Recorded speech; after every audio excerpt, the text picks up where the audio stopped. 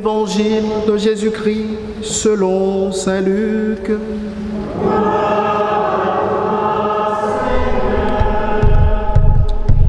En ce temps-là, à l'adresse de certains qui étaient convaincus d'être justes et qui méprisaient les autres, Jésus dit la parabole que voici. Deux hommes montèrent au temple pour prier. L'un était pharisien et l'autre publicain, c'est-à-dire un collecteur d'impôts. Le pharisien se tenait debout et priait en lui-même. « Mon Dieu, je te rends grâce parce que je ne suis pas comme les autres hommes. Ils sont voleurs, injustes, adultères, ou encore comme ce publicain. Je jeûne 2 fois par semaine et je verse le 10e de tout ce que je gagne. » Le publicain, lui, se tenait à distance et n'osait même pas lever les yeux vers le ciel. Mais il se frappait la poitrine en disant « Mon Dieu, montre-toi favorable au pécheur que je suis. Je vous le déclare, quand ce dernier redescendit dans sa maison, c'est lui qui était devenu un homme juste, plutôt que l'autre. Qui s'élève sera abaissé, qui s'abaisse sera élevé. » Acclamons la parole de Dieu.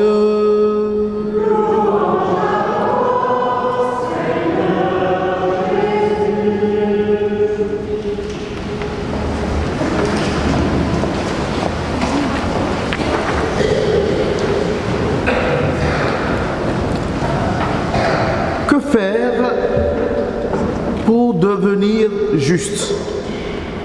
Et pour dire les choses très simplement, en paraphrasant une collection dans une édition devenue célèbre, comment devenir saint pour les nuls que nous sommes? Tout est dit dans cet évangile.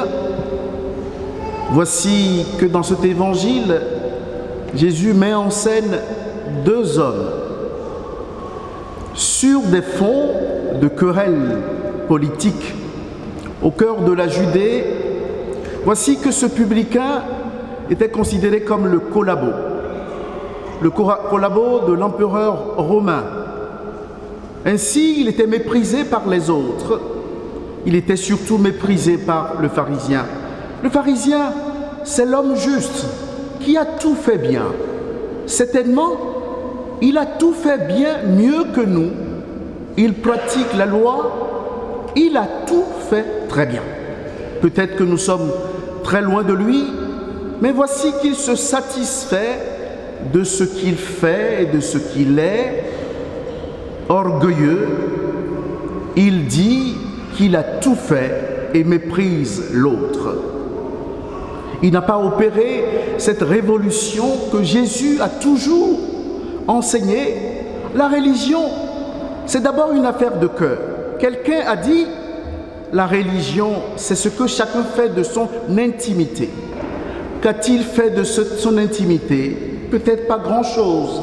Il était plutôt dans l'extériorité, dans le m'as-tu vu. Il était dans l'application de la loi servile. Il était dans la pratique de la loi. Et tout cela est symptomatique de la religion au temps de Jésus, en tout cas de ce qu'elle est devenue. On était là à pratiquer les préceptes, on en a rajouté d'autres pour multiplier les préceptes, et certains, en les vivant, se mettaient en scène. Ils étaient loin de la véritable religion. La véritable religion, n'est-ce pas la religion du seul à seul, la religion de la rencontre, la religion de l'alliance avec Dieu?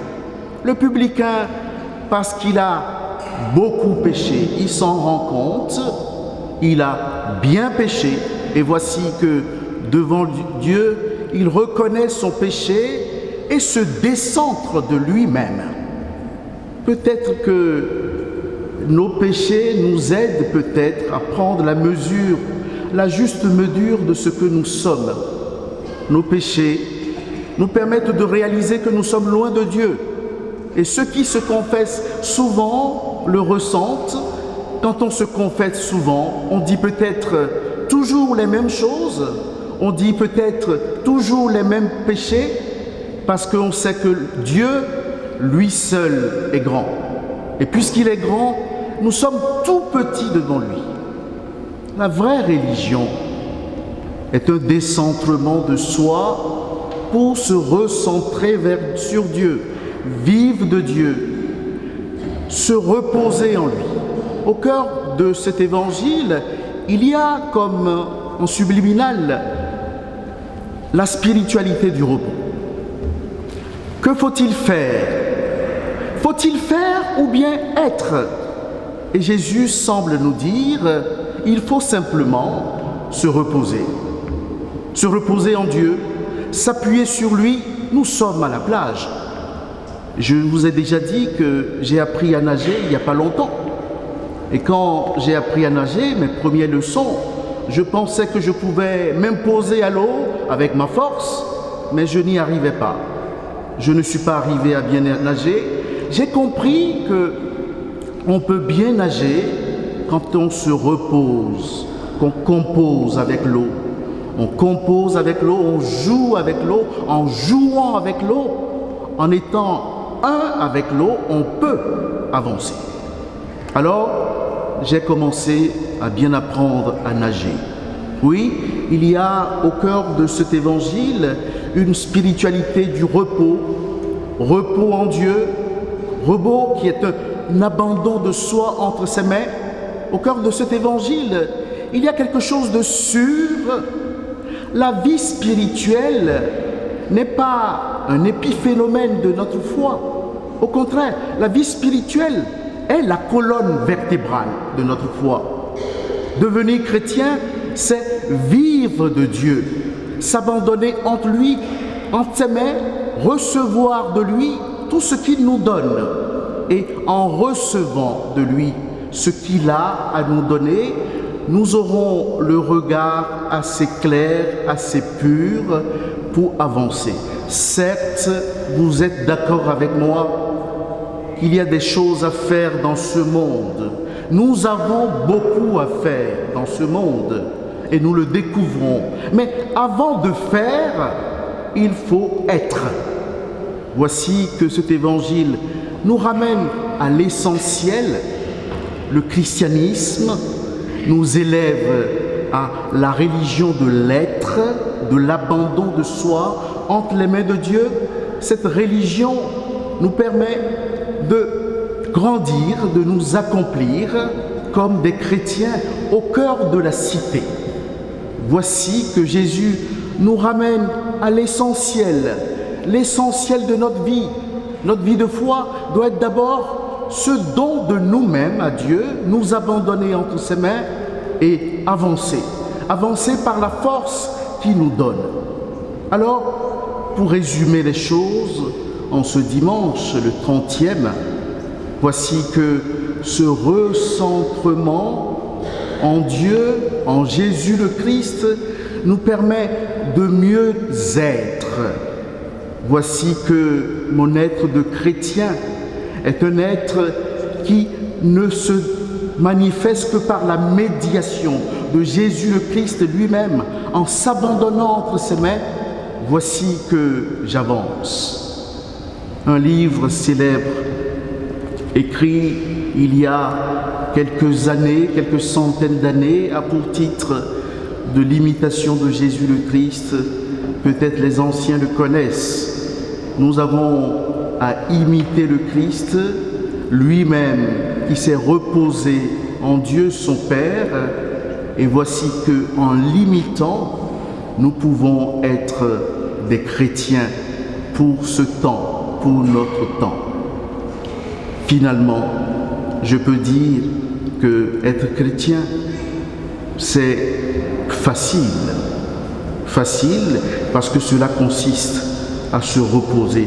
Alors, est-ce que vous vous reposez suffisamment en Dieu ou bien vous pensez que par vos qualités, votre activité, ce que vous faites, vous pensez acheter le salut?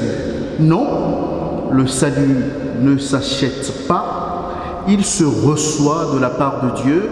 Alors, nous voici dans cette église pour recevoir ce salut de Jésus le Christ, et en le recevant, voici que nous sommes remplis de lui-même pour inonder le monde de sa grâce. Voici que nous sommes porteurs de ce salut pour ce monde. Nous ne le porterons à ce monde qu'en étant remplis nous-mêmes de Jésus le Christ.